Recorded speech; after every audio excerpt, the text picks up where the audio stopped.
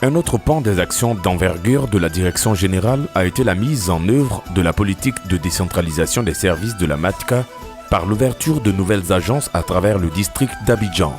Cette politique, qui a pour objectif de rapprocher la mutuelle des mutualistes, a pris son envol dans la commune de Treichville, site symbolique et carrefour important qui abrite désormais la troisième agence de la MATCA, après celle du Siège et de la Corniche, qui sont toutes deux situées dans la commune du Plateau. Les responsables de la MATCA ont engagé des actions vers les communes de Yopougon, Cocody et Abobo, l'objectif étant d'ouvrir en moyenne une agence chaque année.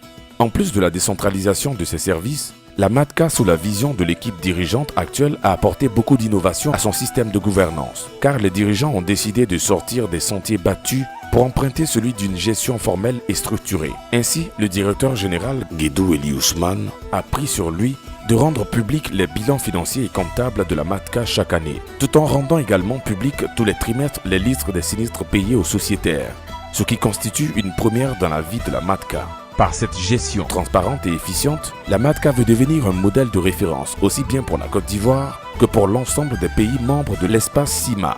Pour améliorer la gestion de la société, la direction générale a procédé à la révision du manuel de procédure interne et l'informatisation de tout le système de gestion de l'entreprise. Cette gestion qui rime désormais avec rigueur, transparence, professionnalisme et stabilité est bien visible à tous les niveaux des différents secteurs de la MATCA. Cette stabilité qui rassure aujourd'hui les partenaires économiques est en priorité l'œuvre du comité d'arbitrage. Prévu à l'article 38 des statuts, le comité d'arbitrage a compétence pour régler tout litige intervenu entre les sociétaires ou entre les sociétaires et la MATCA. La saisine du comité d'arbitrage est obligatoire et préalable à toute saisine du tribunal. Les décisions d'arbitrage sont rendues exécutoires par le président du comité. Elles sont susceptibles de recours devant le tribunal. Le comité d'arbitrage a donc pour rôle de faire face aux contradictions internes, de sorte que les cas d'incompréhension ne soient guère portés devant les tribunaux tant que le sujet querellé n'aura pas fait l'objet d'arbitrage par le dit comité. Désormais, quels que soient les problèmes qui vont surgir, que le comité d'arbitrage s'en saisisse et dise la vérité. Ce ne seraient peut-être pas des juges professionnels, mais ce seraient des sages qui, selon nos traditions, qui, selon les pratiques modernes aussi, feront de telle sorte que nous puissions faire avancer. Si c'est la direction générale qui est en tout cas en cause, ils feront de telle sorte que les choses soient traitées de façon juste.